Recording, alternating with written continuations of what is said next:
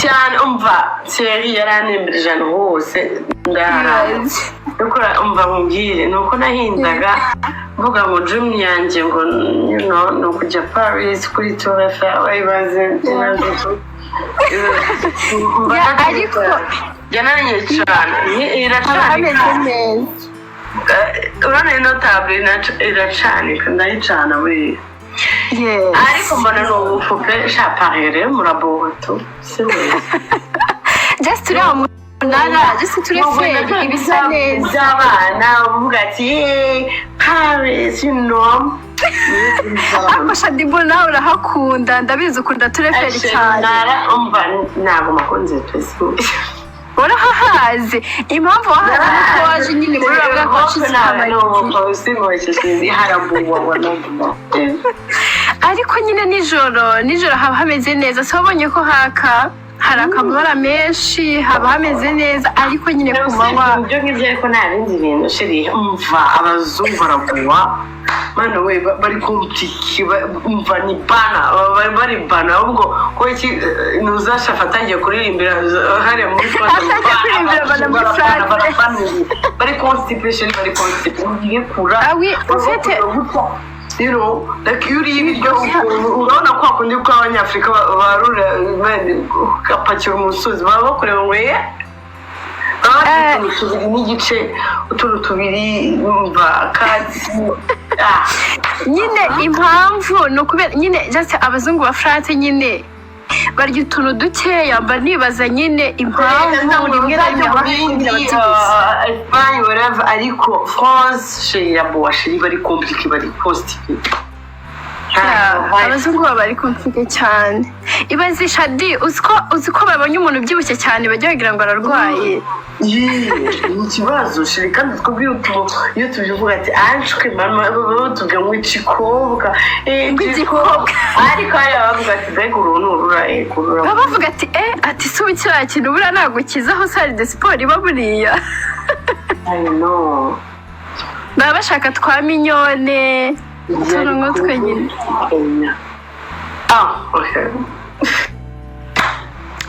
baba bashaka udukobwa turi twa minyone nzaza mu mwaka utaha mu kwa kane Shaddy uzasanga nanjye ndi muri Germany rero uzajya muri Germany ryari mu kwa kane hari abashuti banjye bazaza mu kwa gatatu mu kwa kane gutyo kandi tuzahita dusubirana ambo uzagaruka mu Rwanda nko mu kwa kangahe bangiye n'ukwezi kumwe mpita ningarukira ntabwo ugiye ntambaho ngaho mpo wape n'abantu bajya bakwepa ngo barahunze bacishamo ijisho ese marangi ukuntu mu Rwanda ari heza Shaddy Boo usibye ko nyine nta mafaranga aba ahari ariko ni heza ni ukuri just mu Rwanda ni heza cyane ukaba ufite amafaranga yawe umeze neza like aba ari ibintu byiza nyuma kutaza ese Shaddy Boo nzaza mu kwa kane uzaguma ayo ntabwo nahashobora Shaddy nuko rero nuko tuza rero wivugisha ngo urumva ngo ni heza nyine kutaha Shaddy ni heza ariko ntabwo nahashobora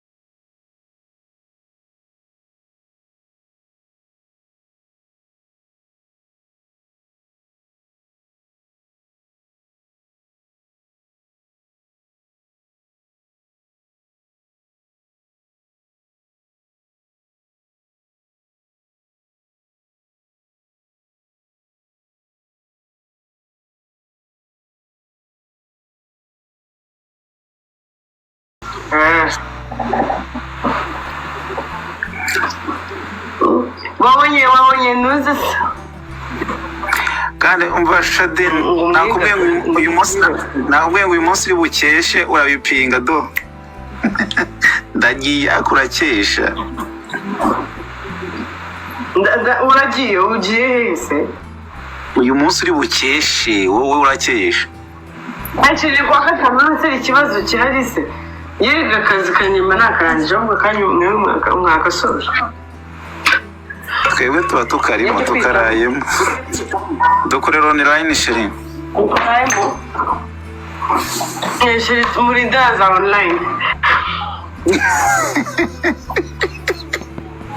ako Jihad ari hehe wambara ukazana Jihad wanjye imbara amuhuze Jihad itayizana iyo hari itayizana birahuze muri daza online turi daza online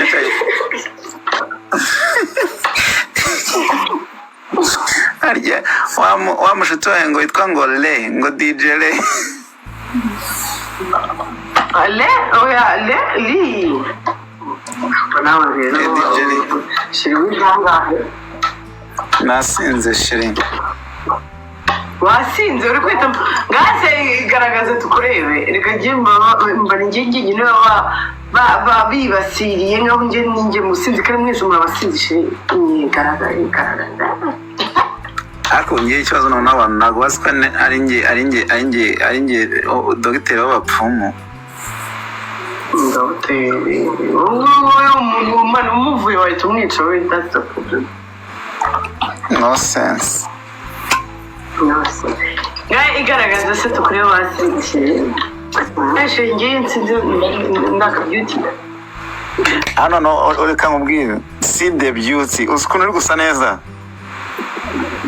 nababwiye ariko iyo nsinze nsa neza ntabwo mubizi ntabwo uri kumana uri gusa neza for real eshe n'ubundi mba nsa neza okay ahubwo nsa nabi so beautiful mbabara udatuma mutera imitoma abantu bakanshinga zanga bakamanura nabi untera imitoma wowe Ben urabona zamfata wowe byarakuranguranye kuri nuza ku bintu abanyamakuru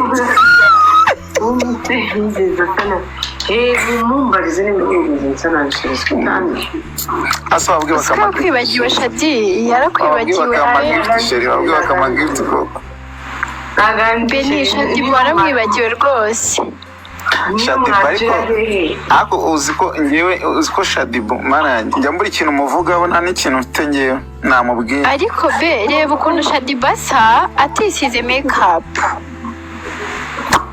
aho njye mbona abona yanagoye byeri atigeze yitera make up reba ukuntu asa abana ari umubebe w'imyaka 20 Shaddy bari kunywa amazi ya Nile reba ariko ukuntu ahora ari umubebe w'imyaka 22 we Shaddy Boo ntabwo ajya umva Shaddy Boo ahora ari mwana duza mwivugisha Shaddy Boo ni mwana duza Shaddy Boo abari ku ka hoteli ka Ocean yes abari ku hoteli ka Ocean ano si mu kirara amitana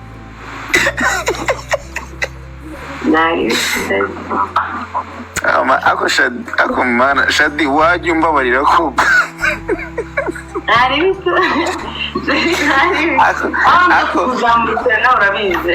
reba umwegakazi ngewe munsi y'umwegakazi hari umusinga umva nkubwire be ibyo ngibyo usibye abantu b'injiji nuko nicecetse umwifata usibye abantu b'injiji usiyagira odere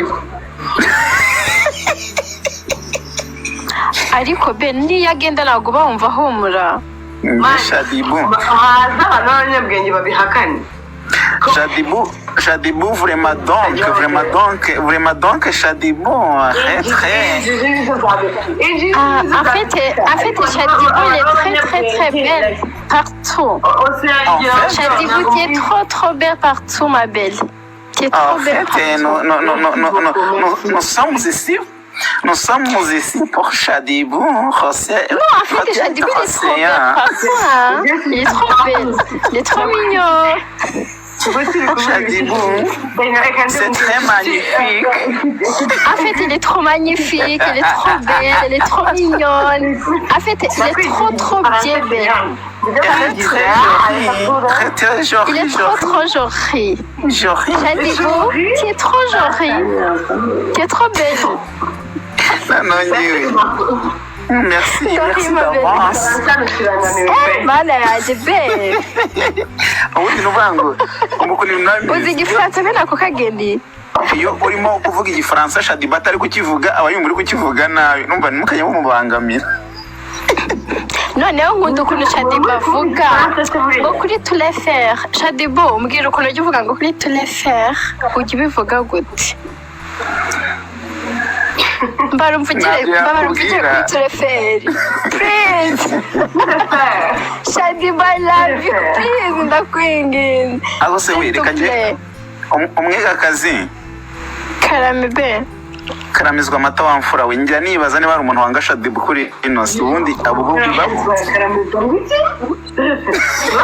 ariko Shaddy Boo umwana mwiza ku rwego pe rukomeye cyane ariko like nta muntu utagira abanzi ariko umuntu wanga Shaddy Boo vraiment donc en fait Shaddy Boo il est trop belle, elle est trop mignonne et elle est trop gentille. En fait je sais pas pourquoi il y a des personnes et les mêmes pas en fait ça n'a rien à voir. Écoutez-moi, c'est très adorable. Voilà. Adorable. Bien sûr. Oui, ça c'est bien sûr. Ah oui, Il est trop belle, il est trop intelligent. En fait, il est trop belle partout. On va muri abafrancofone twabyumvise mutubabarire mudushirire Shaddy Boo, Shaddy kuba très adorable. Kuba très adorable nta muntu bigarukaho. Unasikia sasa? adorable tubabarire bene tubabarire. Nibyo shu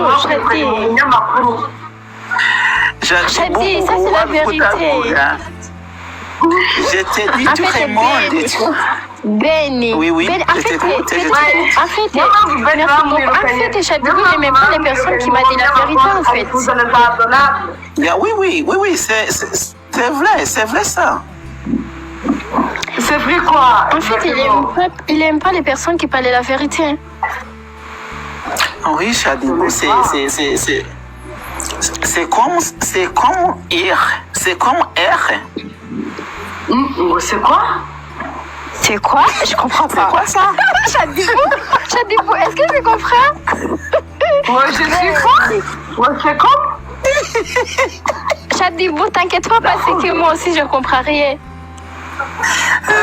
Akupe, uravuga amabetize buriya ngo nikome ngwende. C'est quoi? C'est comme R. Subira mu gifaransa C'est comme R. Je ne parlerai pas kinyarwanda. S'il te plaît. Yego s'il te plaît ngatubwira igifaransa uvuze ngo Shaddy Boo wati. Très belle. Non, c'est pas ça. Non. Tu m'as dit la bêtise. Abanyarwanda kubera iki R na L bibacanga cyane. Urumva kumenya gutandukanya umuhungu n'umukobwa mu gifaransa birabacanga. Il est compliqué. Non, gutandukanya L na L biragoye. Ndabyumva ari ukuntu bajya bavuga ngo ubu ngo ngewe n'inshuti zanjye tugiye kuri Blanche. Ambo? Ni ukuvuga ngo ntabwo ari ikibazo kandi urebe Shaddy Boo afite impano. R na R ni ibintu bibagora. Washatse uzigisha abantu igifaransa Shaddy Boo. Kigali ni ibintu biri diferent. We are in Kigali. Me and my friends, we are going to Blanche. To Blanche. To Velanche or to Blanche. To the lunch or to Blanche. Blanche. Muvuga Blanche. Jesus. Ariko L na L biragoye. R na L ni ikihe kibazo? No, Shaddy Boo biragoye kubera ko yasiyuta. Biragoye Shaddy kubera ko ukizi. Kuki utashaka kuvuga Kigali? Izo bita les sujets. Les sujets, les verbes et les compléments. Oui. C'est un problème. Oui. Ntago ari problème iri aho ngaho be. Oui. Lesquels les problèmes? Non, en fait, je comprends pas. Ikintu kibica, sibyo? Muba mushaka kwerekana ko muzi ururimi cyane mugashaka kugira prononciation yaganje mu bintu bitakwiye mukahita kabacanga tu.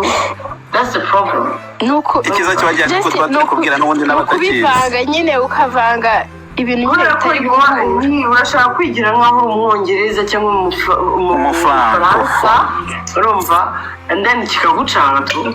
Nicyo kintu ndi kubona koze ubundi nimba warize alphabet B, C, D, L, you know everything. Ako Shaddy reba muri comment abantu babereye ibintu bari kujya barimo bari kuntuka. J'ai dit la définition de la beauté au Rwanda, c'est tout. Merci beaucoup. Donc kuvuga ngo je suis d'accord de Shaddy. Yes, warize shiri byibura ari umuntu wa kera ababyeyi bacu babaye confused. I understand. Ako twebwe shiri generation yacu twarize alphabet A B C D E F R H whatever. Man, warangiza confusing A R N L L R muka confused. ariko Shaddy mu Rwanda nta gifaransa biga.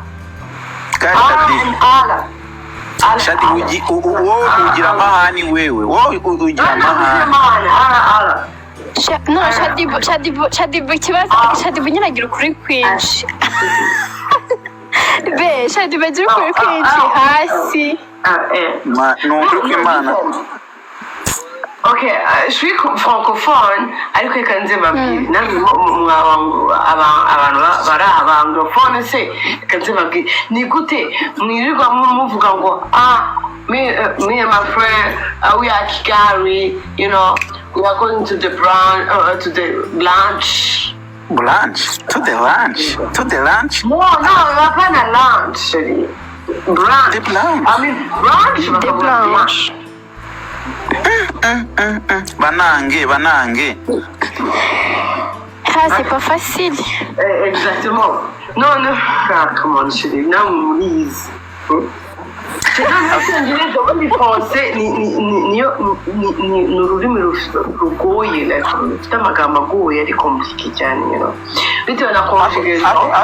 Shaddy amavabs urumva muri français ni menshi cyane, urumva ariko mu cyongereza ari ukuntu byoroheje, urumva muri icyongereza cyo wamenya icyongereza kugira ngo azamenye igifaransa biragoye, ariko umuntu Shaddy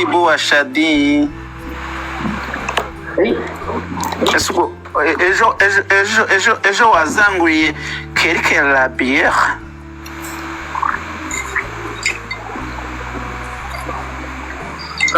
de la bière.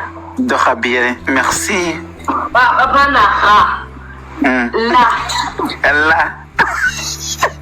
De la bière. Si wumva ko bishoboye Ben kandi Shaddy Boo